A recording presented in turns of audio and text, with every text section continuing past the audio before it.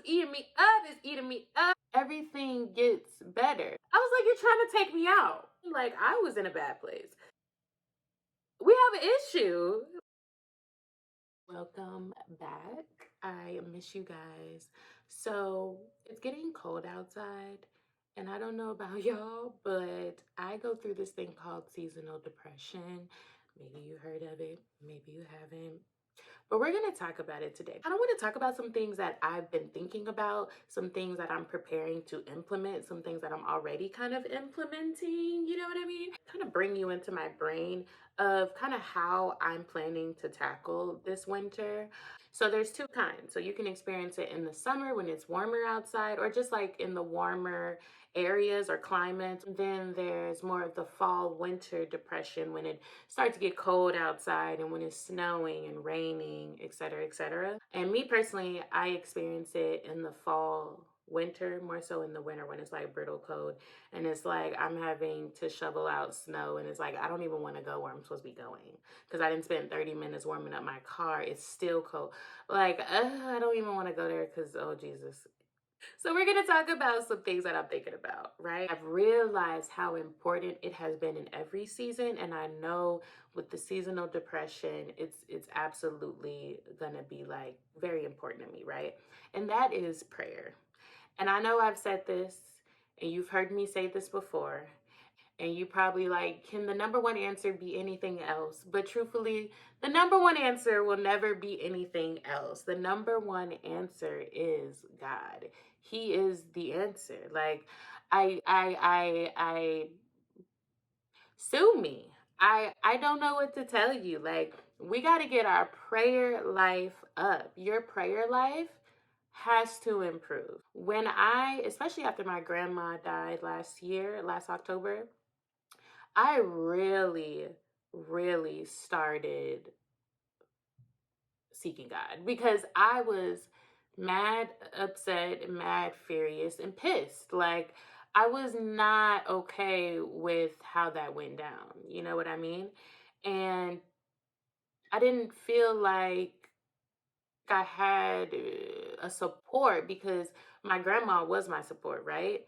Like, she was my best friend. So I was like, oh, like, what am I going to do? But I remember my grandma always teaching me that prayer is so important. Like, you can hire a therapist, and you can hire a life coach. You can go to the ends of the earth for an answer, but truthfully, God is the way and the light.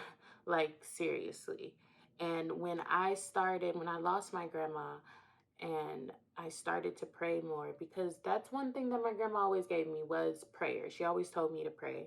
So when I started to do that and started to just more so be intentional with that journey, things started to be more clear and things started to get better. Even the things that weren't fixed immediately, I just had like a peace about it. Like let's be honest, right? When you pray, when you're building your prayer life, like, these things don't happen overnight. No. Some things can change immediately. Don't get my God messed up. Some things very much so can happen like that. You could pray about something and, like, seriously, in like 2 hours, you'll go to the grocery store and he didn't answer your prayer. But a lot of those internal things, those trauma things, those inner child things, if you know what I mean, they take time. Like, they don't happen overnight. Like, you have to work on those things, but you have to work on those things with your maker. You know what I mean? If you want to learn how to conquer the world that you're in, you should probably go to the person that made the world. You know what I mean? Just having that simple realization that he is the way and the light, it just brought so much perspective to me. You know how, like, sometimes you find yourself running your mouth to your friends, and even though some of them mean well, some of them probably don't, you're telling them all this stuff, but the answers just aren't answering. Like, they're not giving you what you need. They're not feeding your soul. Like, you just, so either way, like, they're not the best people to go to, right? So we can go to our friends, but they don't have all the answers because they didn't make nothing.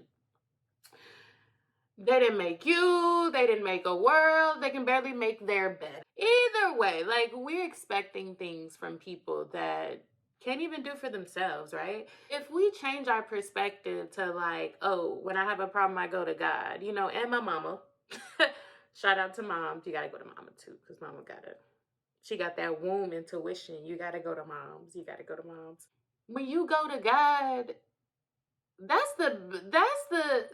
is the correct answer. Okay, you need to bubble that on the Scantron every single time, and you'll see how things start to change little by little. You know, like everything gets better. We have to be very intentional when it comes to him, and a lot of things have to go. Things that just cannot be anymore, and that challenges you. Wouldn't you have to give up something that is probably blocking you from being successful? Whatever that thing, that friend, that person, that habit, that vice, that place, whatever it is, like you got to change that in order for him to give you something. And that's a very important thing. Let's talk about that real quick, because I don't think people talk about that enough. We're comfortable in this space. Why do I want to change it? But if I want better, if I want more or better quality, I got to get rid of what has already not been giving me better quality. The things that are not serving you, that are not doing for you, that are not helping you, you have to find the courage to let those things go, because it's the only way that you'll get what you really want. Period. Again, I encourage you guys to build on your prayer. That's going to be so important. And I've been pondering on that specifically since the passing of grandma, but definitely now that I know that it's getting cold. It's already kind of been cold, but it's getting more cold. And I do not want to go through the woes. You know, like I want to prevent these things. We want to learn how to prevent these things so we don't have to like be sad and gloomy when it's cold outside, or when it's hot outside for those that experience it when it's warmer. Like nobody likes seasonal depression. Seasonal depression is like that annoying cousin that comes once a year to the function and you just like, girl, I can't wait for you to go. Like, or is that me? I'm just saying, like, you know, everybody got one. It's like, girl, you do too much and it's not even given. Like, stop. I've also been thinking about this idea of changing perspective about the way that season affects me. So instead of saying, whoa, I have to be inside, I can be like, whoa, I can stay inside. I can build on my house. I can read. I can relax. You know, I can be warm in my house.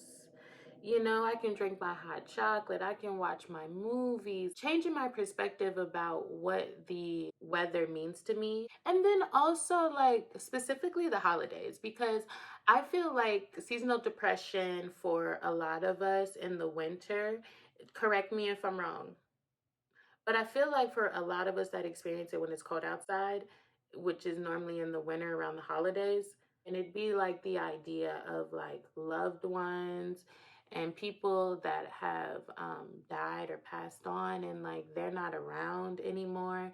So it's like you're spending the holidays and they're not there. It really sucks. And it could make everything 50 times worse. You know, changing my perspective, I feel like, I know for me, will help me to not feel like, oh, she's gone. It's so bad without her. But, you know, doing things intentionally to keep her alive. Like, I get why people do that. Like, they have birthday parties for the people that they love. And in New Orleans, you know, it's very big culture that when someone passes away, it's a celebration. There's a second line, there's music, there's food. Like, it's like a party, you know what I mean? Of celebration. Having that celebration of that life perspective in this season is going to be so important for me, because if not, I will lose it. And we can't lose it. You know what I mean? I don't deserve to lose it. And my grandma will be disappointed if I lose it. So I can't lose it no matter what. Perspective. I tell myself these things like I can't lose it.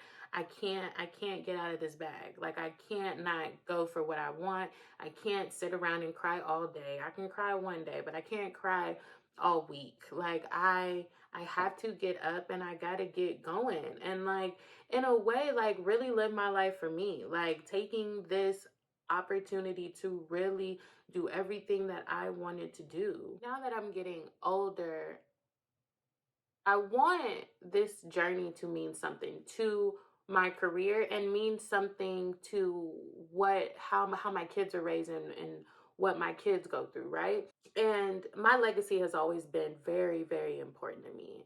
So being able to think about my seasonal depression and the possibilities that can come out of managing it and having a story with it, they encourage me to like also just like be okay with I get sadder in the winter. Like I get sad when it's cold outside. I get sad when I can't be in my sundress. I get sad when I can't be in my little tube tops outside. Like I get sad when I can't hit the jet ski, when I can't be out on the beach. I get sad when I can't be on a boat with double shots of Casamigos. Like I'm sad. The sun hats and the sun just beaming. I mean, the sun is beaming now, but this is like it's freezing cold, but the sun is out beaming. I'm talking about it's beaming and it's hot outside. Like that's what I want. That's what I miss. That gives me life. I'm a summer baby. That gives me life. Like I'm literally smiling talking about it. It literally gives me life, y'all. But seasons change and that's okay. And just even the possibility of change, like allowing myself, we have to allow ourselves to be okay with things changing. Like it's okay that I'm a sun girl living in a snow world. Like it's okay. I'm still that girl. I'm still that girl. We're going to pray about it. We're going to think about the possibilities. We're going to think about the hump, getting over the hump, and what that means for us, right? Acknowledging this part of our story and the idea that we do have seasonal depression and it does affect us and it probably affects everybody, to be honest. So, thinking about the possibilities with what that means for us and how those things will affect us in the future, then perspective about what it is that we're going through and what that means for our life. That's what we're doing, okay? So, look, don't let the seasonal depression get you down. You got this. No matter when and what time you experience it, it's okay. We have to believe that God is everything. We have to know that. Like we have to find our peace in knowing that because that's really going to help us through everything. My first Christmas after grandma died in October. Literally, my seasonal depression was already kicking in because it was getting cold. And then grandma died. I was like, you're trying to take me out.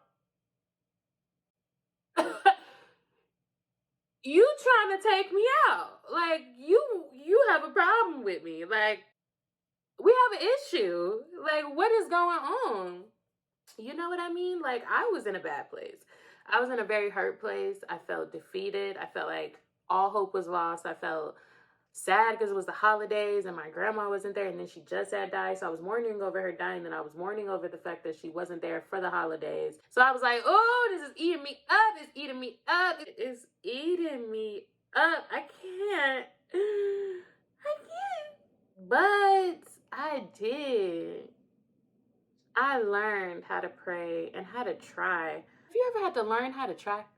Because even to try was already something that I was like, I can't even do that. I don't even know how to do that. How do you even how do you try? What does that look like? Spell it.